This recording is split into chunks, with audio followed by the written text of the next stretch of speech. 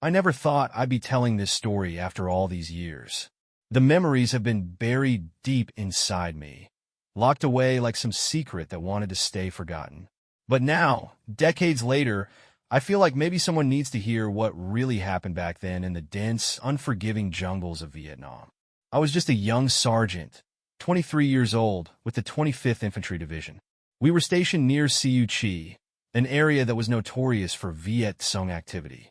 The terrain was brutal, thick jungle that seemed to swallow you whole, where every step could be your last. My M16 felt like an extension of my body, always ready, always tense. Our unit had been out on patrol for 3 days straight. The humidity was suffocating, making our fatigue stick to our skin like a second layer. We were running low on supplies, and the constant feeling of being watched was eating away at everyone's nerves. The jungle played tricks on your mind. Every rustle, every distant sound could mean an ambush was coming. I remember Johnson, one of the younger guys in our squad, constantly checking and rechecking his ammunition. His hands would shake slightly, though he tried to hide it. We all knew the fear. It wasn't about being brave. It was about survival. The Viet Cong knew this terrain better than we ever could. They melted into the landscape like ghosts, striking when you least expected it. Our mission was simple but dangerous. Sweep the area, look for any signs of enemy movement, and try to make it back to base alive. Simple, but nothing was ever simple in Vietnam. The heat was relentless. My canteen was nearly empty, and the weight of my gear felt like it was crushing me with each step.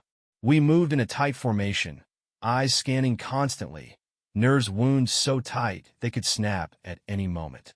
Little did I know that this patrol would become something I'd never forget, a moment that would define my entire experience in this godforsaken war. As the day wore on, the tension grew thicker than the jungle around us. We'd been moving slowly, carefully, each step calculated to avoid potential traps. The Viet Cong were masters of guerrilla warfare, and we knew they could be watching us from just about anywhere. It was around midday when things started to feel different. The usual jungle sounds seemed to disappear. No birds, no insects, just an eerie silence that sent chills down my spine. Rodriguez, our point man, suddenly stopped and raised his hand, the universal signal for everyone to freeze. I could see the muscles in his neck tensing, his eyes scanning the dense vegetation around us. We'd learned early on that silence in the jungle meant something was wrong. Very wrong. I checked my M16, making sure a round was chambered and the safety was off. My hand instinctively moved to the M26 grenades attached to my belt. The weight of them felt both comforting and terrifying. That's when we heard it, a barely perceptible snap of a twig. Not the kind of sound most people would notice, but to us it was like a gunshot. Rodriguez dropped to one knee, scanning the area. I could see the sweat running down the side of his face, cutting clean lines through the dirt and camouflage paint. The next few moments happened so fast, yet felt like an eternity. A burst of AK-47 fire erupted from our left flank, tearing through the jungle vegetation. The sound was distinctive, sharp, loud, unmistakable. Johnson went down first, his body jerking from the impact before he could even realize what was happening. We dove for cover, returning fire instinctively. The jungle around us came alive with muzzle flashes and the deafening sound of gunfire. My training kicked in move, shoot, communicate, but communication was nearly impossible with the chaos surrounding us. I could see at least 3 Viet Cong soldiers moving through the dense vegetation. They were using the terrain perfectly, blending in like they were part of the jungle itself. Their GAZ-66 truck must have been hidden nearby, allowing them to set up this ambush with precision. Rodriguez was shouting something, but I could barely hear him over the gunfire and my own racing heartbeat. I saw him pull the pin on a grenade, waiting for the perfect moment to throw it. The Viet Cong were getting closer, their AK-47 spitting fire and death with terrifying accuracy. I knew we were in serious trouble. We were outnumbered, outmaneuvered, and in a position that could easily become our last stand. The next few moments would determine whether we'd make it out alive or become just another statistic in this brutal war. The firefight intensified, and everything seemed to move in slow motion. Rodriguez managed to lob his grenade into a cluster of Viet Cong soldiers. The explosion sent a spray of dirt and vegetation into the air, momentarily disrupting their advance. But these guys were professionals. They regrouped quickly, using the terrain to their advantage. I could see Martinez, our machine gunner, setting up his position behind a fallen tree. His M60 was our best chance of evening the odds. The weapon's distinctive sound cut through the jungle as he laid down, suppressing fire. But we were taking heavy hits. 2 more of our guys went down, their bodies crumpling like discarded ragdolls. The heat was unbearable. Sweat mixed with dirt and blood, creating a grimy mask on my face. My hands were shaking, but my training kept me focused. I knew panic was a death sentence out here. Each breath felt like drawing in hot steam, the humidity making every movement a struggle. I spotted a Viet Cong soldier moving to our right flank, trying to outmaneuver us. His camouflage was perfect, just a slight shimmer of movement against the green and brown backdrop. I lined up my M16 and squeezed the trigger. The rifle kicked against my shoulder, and I saw the soldier drop. But for everyone we took down, it seemed like 2 more appeared. They were using claymore mines, creating additional chaos. The ground around us became a deadly maze of potential explosions. Rodriguez was shouting coordinates, trying to call in air support, but our radio was damaged in the initial attack. I remember thinking about home, about my mom, about the small farm in Iowa I'd left behind. Those thoughts lasted only a split second before another burst of AK-47 fire brought me back to the brutal reality. Martinez took a hit to his leg, his machine gun falling silent. We were losing ground fast. The Viet Cong seemed to have an endless supply of fighters. They moved like water through the jungle, finding every possible angle of attack. Our initial formation was completely broken. What had started as a routine patrol was now a fight for survival. I checked my ammunition. Not good. I was down to my last 2 magazines, and the sounds around me suggested the rest of the unit was in similar shape. The jungle seemed to close in, making our position feel smaller and more vulnerable with each passing moment. Rodriguez crawled closer to me, his face covered in blood and dirt. He looked me in the eyes, and I knew what he was thinking. We weren't getting out of this easily. The ambush was perfectly executed. We'd walked right into a trap designed to eliminate us completely. The sound of a distant helicopter gave a momentary spark of hope. But out here, hope was a dangerous thing. We learned early in this war that survival depended on skill, luck, and nothing more. And right now, it felt like we were running out of both. I gripped my M16 tighter, knowing the next few minutes would determine whether I'd see another sunset or become another name on a memorial wall back home. The helicopter sound grew louder, but it wasn't necessarily our salvation. In the dense jungle, sound could be deceiving. I'd seen too many situations where what seemed like rescue turned into another nightmare. Rodriguez was trying to signal our position, but our smoke grenades were damaged from the earlier firefight. The Viet Cong were masters of psychological warfare. They knew how to break us down, not just with bullets, but with constant pressure and uncertainty. Every moment we stayed pinned down was a victory for them. I could see the fear in the eyes of the younger soldiers, that raw, primal terror that no training could completely prepare you for. Martinez was bleeding badly from his leg wound. We needed to stop the bleeding, but moving would expose us to more fire. I crawled towards him, using what little cover remained. His face was pale, sweat mixing with the blood that was soaking through his fatigues. I pulled out the medical kit, working as quickly and quietly as possible. Suddenly, the jungle around us went quiet. Not the peaceful quiet of before, but a dead silence that felt more threatening than the gunfire. I learned in my time here that silence was often the calm before something worse. Rodriguez caught my eye. He felt it too. The Viet Cong had changed tactics. They were no longer trying to overwhelm us with direct fire. This was something different, more calculated, more dangerous. A slight movement caught my eye, a glint of something metallic about 20 meters to our left. My heart rate spiked. Claymore mine. They were setting up for a coordinated attack that would eliminate what was left of our unit. I signaled to Rodriguez, pointing out the potential trap. We had maybe minutes to react. Martinez was barely conscious now, and two other members of our squad were wounded. Our ammunition was critically low, and our position was compromised. This was the moment that separates survival from becoming a statistic. I started mentally calculating our options. The GAZ-66 truck we'd spotted earlier could be our only chance, if we could somehow reach it and use it as cover or escape. But that would mean crossing an open area that was almost certainly zeroed in by Viet Cong snipers.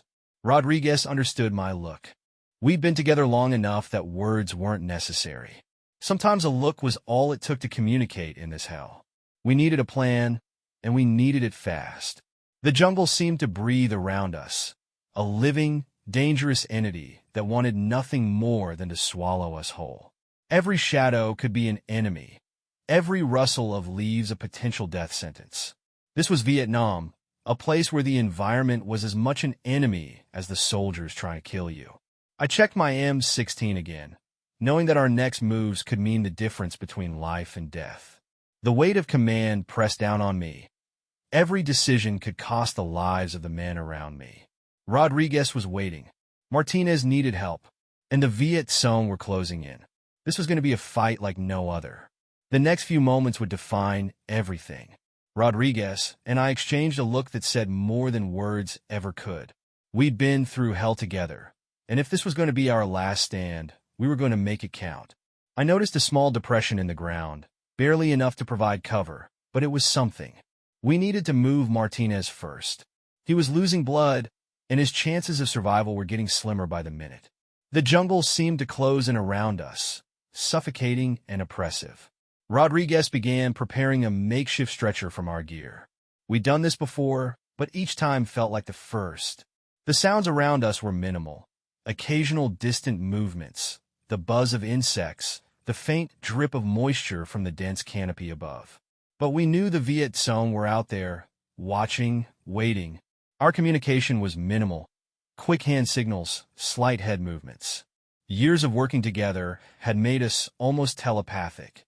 I could read Rodriguez's intentions before he even moved. The plan was simple but dangerous. We'd create a diversion, move Martinez to a slightly more defensible position, and try to establish some kind of defensive perimeter. The humidity was suffocating. My fatigues were soaked through with sweat, dirt, and blood.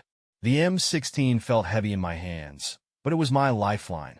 I cleaned and maintained this weapon so many times that it was like an extension of my body. Each scratch, each mark told a story of survival. As we began to move Martinez, a sudden burst of AK-47 fire erupted from our left flank. The sound was distinctive, sharp, brutal, designed to instill pure terror. Rodriguez dropped instantly, pulling Martinez down with him. I returned fire, my M16 bark ING back at the unseen enemy. The jungle absorbed the sound, making it feel like we were fighting in a vacuum. We were running out of options. Our ammunition was critically low, our position was compromised, and the Viet Cong seemed to have an endless supply of fighters. They knew this terrain like the back of their hand. Every tree, every rock, every potential hiding spot was their advantage. I spotted movement about 50 meters out, a slight shimmer of camouflage against the green backdrop. These guys were professionals. They didn't move like typical soldiers. They moved like the jungle itself. One moment, nothing. The next, a deadly presence that could kill you before you even realized what was happening. Martinez was mumbling something. The blood loss was taking its toll. Rodriguez was trying to keep him quiet, applying what little medical treatment we could manage. Our medical kit was nearly depleted, just some basic bandages, a few morphine syrettes, and limited supplies. The next hour would be crucial. We needed to either find a way to call for extraction or create a path of escape. But every option seemed like a death trap. The Viet Cong had us exactly where they wanted, isolated, low on supplies, with wounded men. I thought about home, about the farm in Iowa, about my mother, who had no idea what her son was experiencing in this green hell. Those thoughts lasted only a split second before another burst of gunfire brought me back to the brutal reality. Rodriguez caught my eye. We both knew what was coming. This wasn't going to be an easy escape. This was going to be a fight for survival in its purest form. The jungle watched, waited, breathed, and we prepared for what might be our final stand. Time seemed to stretch and compress simultaneously. The jungle around us became a living, breathing entity, watching, waiting, ready to consume us at any moment. Rodriguez had managed to create a slightly better defensive position, using fallen trees and dense vegetation to provide minimal cover. Martinez was barely conscious now. His breathing was shallow, and the blood loss was taking its toll. We'd done what we could with the limited medical supplies, a tourniquet, some basic bandaging, a morphine syringe to dull the pain. But out here, in the middle of this green hell, those were just temporary measures. I kept scanning the tree line, my M16 steady. Every muscle in my body was wound tight, ready to react at the slightest movement. The Viet Cong were masters of patience. They could wait hours, days if necessary, before making their move. Our training told us to stay alert, but the constant tension was mentally exhausting. The sound of distant artillery reminded us that we weren't completely alone. But out here, artillery might as well have been on another planet.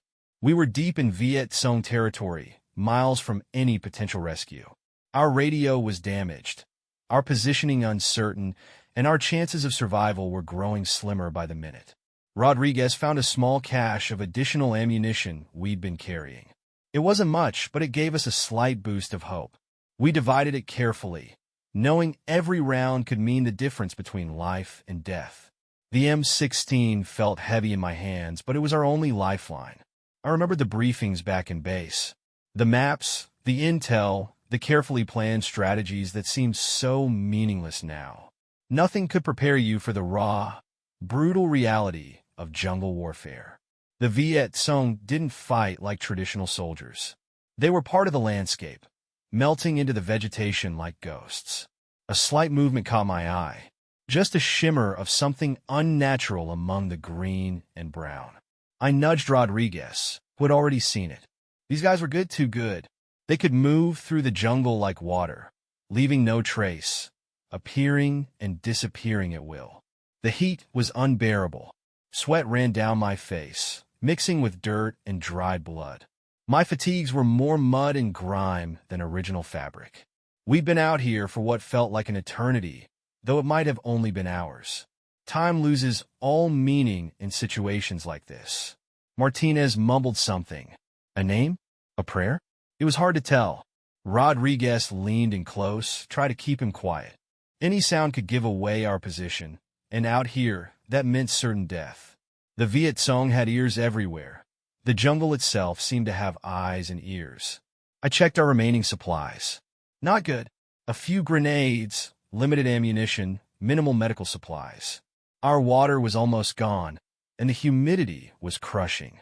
Every breath felt like drawing in hot steam. The jungle seemed to be slowly suffocating us. A distant sound caught my attention, something mechanical. A truck? Another patrol? It was hard to tell. In this terrain, sound could be deceiving. Rodriguez and I exchanged a look. We'd been through too much together to need words. Our communication was now almost telepathic. The next few moments would be critical. We needed to make a decision, try to fight our way out, hope for extraction, or find a way to survive until help arrived. But out here, hope was a dangerous luxury. The jungle watched, waited, breathed, and we prepared for whatever was coming. The mechanical sound grew closer. Rodriguez and I exchanged a look that could mean everything or nothing. In Vietnam, hope was a dangerous emotion.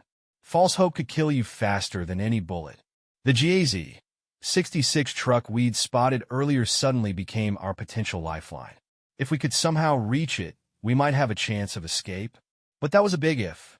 The area between our position and the truck was almost certainly zeroed in by Viet Cong snipers. Martinez was fading. His breathing became more labored, and I could see the life slowly draining from his eyes. We'd seen this before. Good men reduced to nothing by this unforgiving war. I thought about his family back home, about the letter we'd have to write if he didn't make it. Rodriguez started preparing a desperate plan.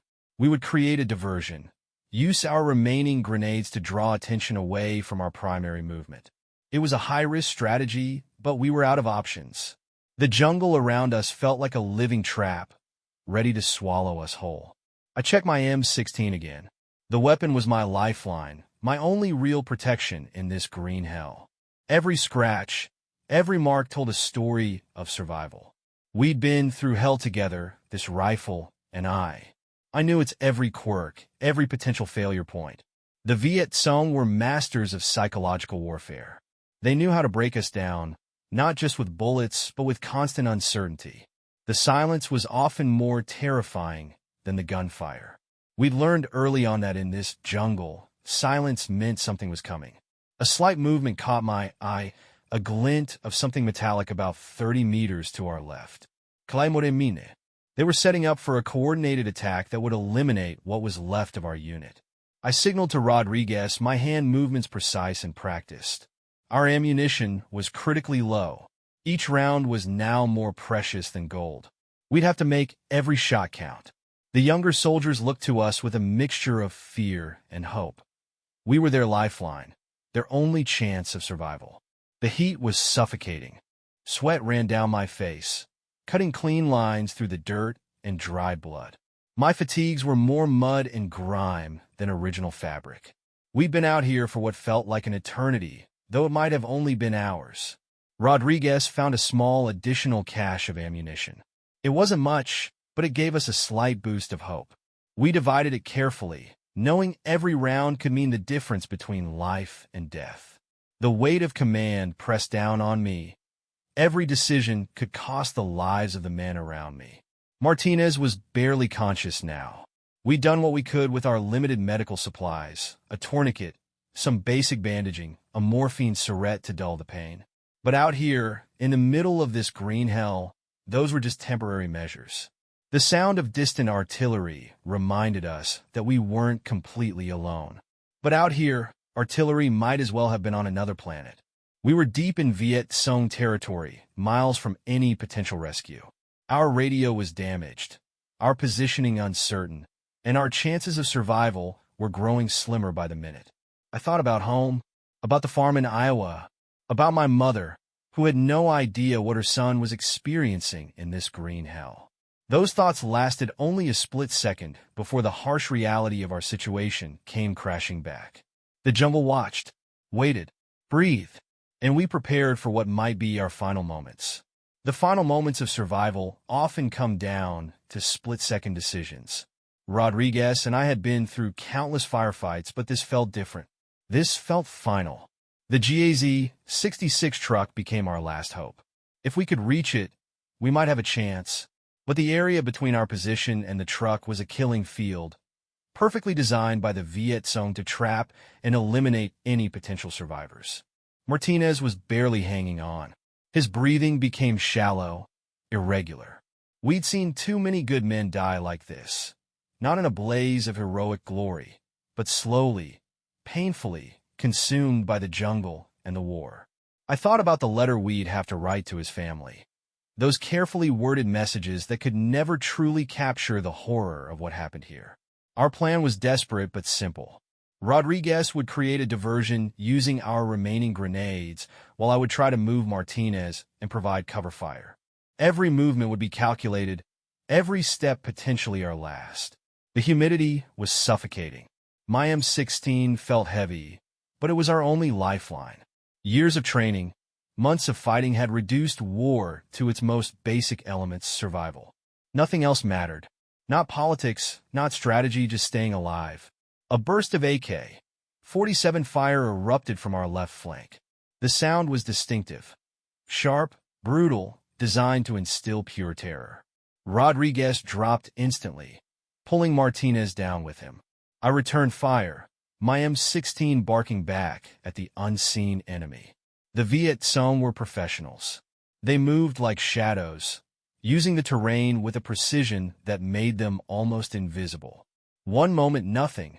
The next, a deadly presence that could kill you before you even realized what was happening. Our ammunition was critically low. Each round was more precious than gold. We'd have to make every shot count. The younger soldiers looked to us with a mixture of fear and hope. We were their last chance of survival. Time seemed to stretch and compress simultaneously. The jungle around us became a living, breathing entity, watching, waiting, ready to consume us at any moment. We'd been trained for this, but nothing could truly prepare you for the raw brutality of jungle warfare. Rodriguez caught my eye. We both knew what was coming. This wasn't going to be an easy escape. This was a fight for survival in its purest form. Years of friendship, months of fighting together had created a bond stronger than words could express. The truck was our only hope. 50 meters away, but it might as well have been 50 miles. Every inch would be a battle, every movement a potential death sentence. The Viet Cong had us exactly where they wanted, isolated, low on supplies, with wounded men. Martinez mumbled something. A prayer? A name? It was hard to tell. Rodriguez leaned in close, trying to keep him quiet. Any sound could give away our position, and out here, that meant certain death. I thought about home one last time, about the farm in Iowa, about my mother, about a world that seemed a lifetime away from this green hell. Those thoughts lasted only a split second before the harsh reality of our situation came crashing back. The jungle watched, waited, breathed, and we prepared for a final stand.